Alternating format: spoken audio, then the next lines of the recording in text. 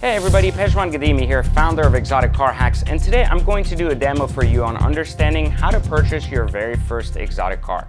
Now, this is something really important because many times, especially all over the internet today, you may see people's car collections, like even my own that I've shown time and time again on the Exotic Car Hacks channel or on my personal, Instagram and so on and so forth. And you'll notice somewhere around 12 to $15 million in cars in my collection.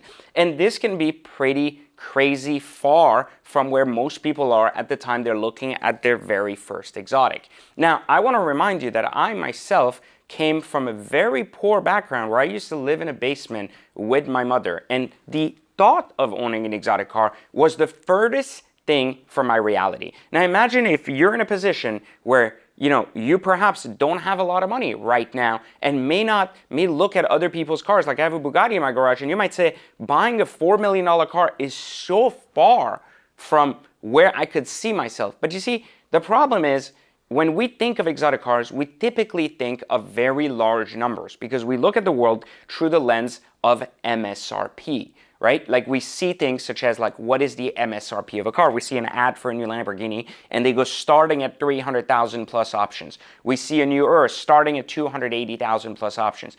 And it seems so far from our reality. I mean, think about it. Some of us are even thinking of owning homes that are like $400,000 or $500,000. So let alone the idea of a $300,000 exotic should be the furthest thing from our minds. Plus we've been polluted by things like Suze Orman or some of these other Instagram / conventional thinkers out there talking about what you should or shouldn't be buying.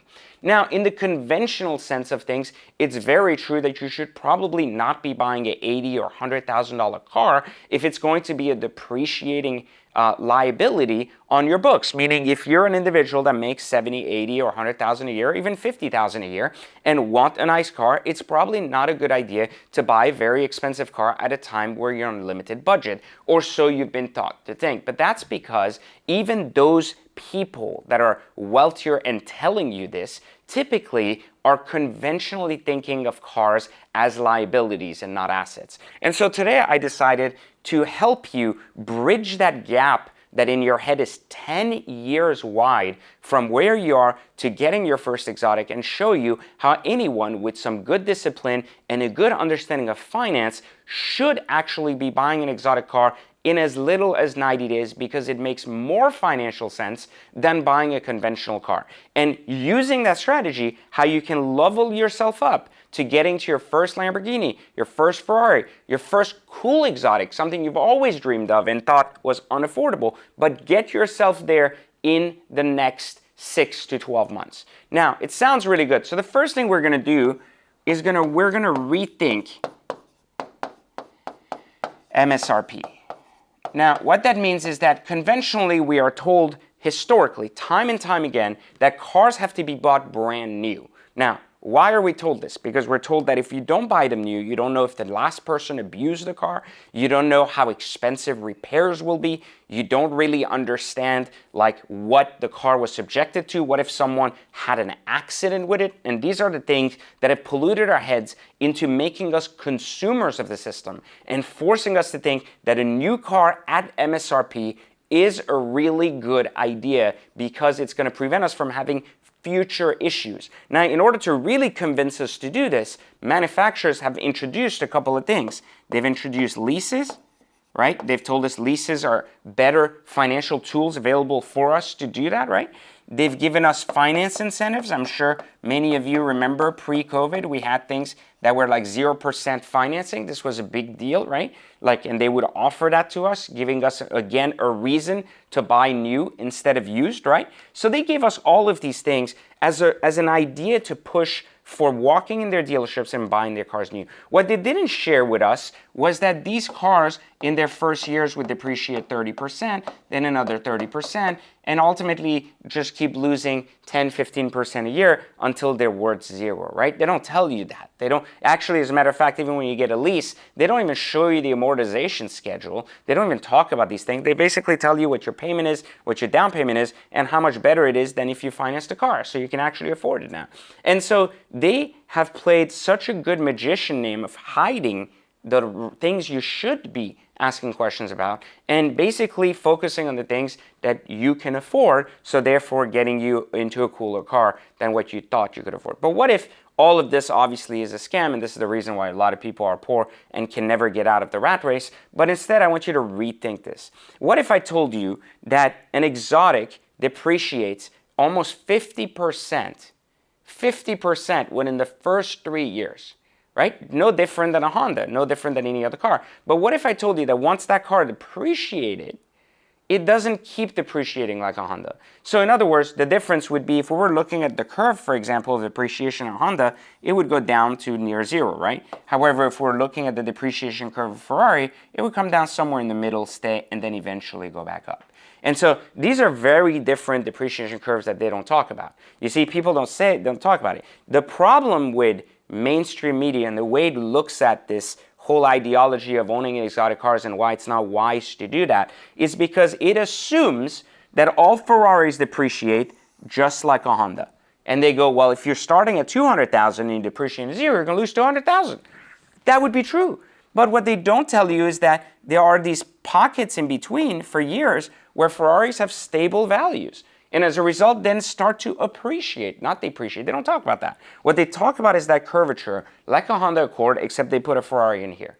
And it doesn't quite work that way. So the first thing you got to do, if you're going to truly be passionate and excited about buying an exotic car, is you got to rethink that you cannot be buying new, especially at the earlier stages, because you can afford much less of a car. And we're going to use this lease example. When you have a car that basically has an MSRP and a lease to it, that car has a residual value. That means the dealer says, well, listen, I know exactly when this point is. It's about 3 years. So I'm going to give you a 36-month lease, then you're going to bring the car back, and when it's at the peak value, when it's no longer depreciated, I'm just going to take it back so you don't have to worry about selling it. Now in your head, you think, well, what a great idea. I don't have to deal with it. What you're not thinking about is, wait a minute, I just paid for the worst depreciating cycle of a car, and the dealer took it back as soon as it could have been worth anything. Exactly. That's why dealerships get bigger, nicer, have bigger buildings than ever before, and why they continuously buy and sell cars from people, because people are too lazy to actually figure this out. And it's really simple. So once you rethink MSRP and tell yourself, I got to look at a car that's at least 3 years old, you're doing one key thing, right? By doing that, you're doing one simple key thing. You're stabilizing the value of your car, right? So this is step 2, is rethinking how you think about cars, and instead of buying a depreciating car, you're buying a stabilized value car, a car that has already depreciated. Now this is really important because this is part of the mindset of owning your first exotic, because you got to switch the way you've been wired so far, right? So you rethink that you don't have to buy a new car at MSRP. You rethink that you're talking about stabilized value. Now the reason you don't want to do that too is, remember, if you've depreciated 50%, that means that if a car was $150,000, it is now $75,000 for your consideration. This is important. And we're going to talk about why that doesn't even hold weight for repairs and things that you've been brainwashed to think are an issue. But let's think right now that we have a $75,000 car, not $150,000, right? That's a pretty big deal, because most people would say, well, I can probably afford a nice BMW that's $60,000, but I probably can't get to the $200,000 that a Ferrari is. And I'm just telling you that you can have the Ferrari for the same price as the BMW, but you may not be ready for a Ferrari. So think smaller. What if you could have something like an M5 that was $100,000, but you could have that for $60,000 or $50,000? That would be a lot more affordable. So once you look at stabilized value and you rethink MSRP, you have to understand how banks function, because we're not going to do leases and the bad stuff dealerships use, and we're not going to get incentives from the dealers. Plus, they never give incentives on the good stuff anyway. So let's think about the next thing, which is finance. How finance works for these cars matters. Because you see, at the beginning stages of your journey, you probably don't have all the money to fork it out in cash. And you probably heard on the internet that if you can't afford it cash, well, you shouldn't be buying it. Well, that's also untrue. And most people, if that was the case, they would say the same thing about their homes. But nobody says that about your house, do they now? Why do they not say that about your house? Because your house is appreciating, and everybody knows that houses are investments. But if cars can also be considered investments, then why should we not finance them? It also makes sense. But here's the part that most people don't know. Most people think that financing only happens at a dealership. You can actually go and get a loan pretty easily, as long as you make like $40,000 to $50,000 a year, which is pretty low, and you have at least a 650 credit score. You can probably secure a loan for about $40,000 to $50,000 on your first car. Now, the benefit of that is that if you do a good job at paying that loan and whatever your payment is, not losing the money, and I'll explain that in a moment, but if you do a good job at paying at least 6 to 8 payments, which is not that many, right? Like just a few months, you can actually double up that loan. So your next loan could be 80 to 100. And here's the benefit. The following loan over 100 starts to become multiples of 50%. So you'll basically be looking at 150 somewhere to 170K on your next loan. Now, one of the things I'd like to point out here is that there's only 6 payments with each to be able to cross to the next, right? So this is technically a 1-year path to getting into a 150K car. Now at the 150K level, you're talking about newer 911 turbos, you're talking about Audi R8 V10s, performance, newer bodies, you're talking about Gallardos, F430s, and a lot of really nice cars in this range that most people will never even get to touch or dream of because they don't understand this process. So what I'm trying to explain to you here is the way the finance works is you don't have to buy a car and drive it to the ground for 10 years and then buy a next car. Every 6 months you have to upgrade. So here comes the next question, which is, well, if I have to upgrade every 6 months, am I not going to lose money each time I upgrade, putting me in a bad situation by the time I hit my dream car in 12 months? And the answer is no. Here's why. Because you see, the cars you're buying at the $40,000 or $50,000 range, the ones I teach you to buy at Exotic Car Hacks, are the cars that have already depreciated off their maximized value because you rethought your MSRP. So the cars you're buying at 40, 50, brand new, were almost 100,000. And if you look online now, take a look at newer M5s, you'll see that there's few for sale between 50 and 60,000, and they're only 2 to 3 years old. But if you look at a 10-year-old model, you'll also notice they're only 10K cheaper. So the gap and the depreciation levels start to get much smaller. So your exposure to risk starts to disappear. And as cars get older, certainly they are going to have less and less and less risk. Now, the benefit of this is that as cars get older, obviously the cost of repairs should be going up, right? That is normally what would occur. But what if I told you that there was a proprietary strategy where I will teach you specifically how to do an exact inspection to literally guarantee that you don't have any repairs coming up during the next 6 to 12 months as you own it, or prior to reselling the car and jumping onto the next. This is pretty revolutionary because you have to think that this means that you will be able to have a $40,000 to $50,000 car, which equals to about a $700 to $800 payment, which is pretty heavy at first if you think about it. But I want you to rethink this. This is usually the payment for a really loaded Passat or a really loaded like Kia or something of the sort. Now we're talking about this for a brand like newer body loaded M5. Like that's $120,000 competition M5 for $700 to $800 a month. Now I want you to think about something else. If you were spending this money would be gone out of your budget. But if you're making, for example, $2,000 a month, or let's say $3,000 a month at your job after taxes, you're thinking, well, why would I want to give $800 to a car? Well, I'll tell you a couple of reasons. One, because you're not giving it, you're lending it. Now, what if you were putting out of your $3,000, $800 in a car? But what if at the end, after 6 months, when you sold that, you had made 6 payments, right? That would mean $4,000 of your money should technically be gone if you were buying a Honda Accord. But in this case, the $4,000 that's in here will actually still be there because that's equity in the car.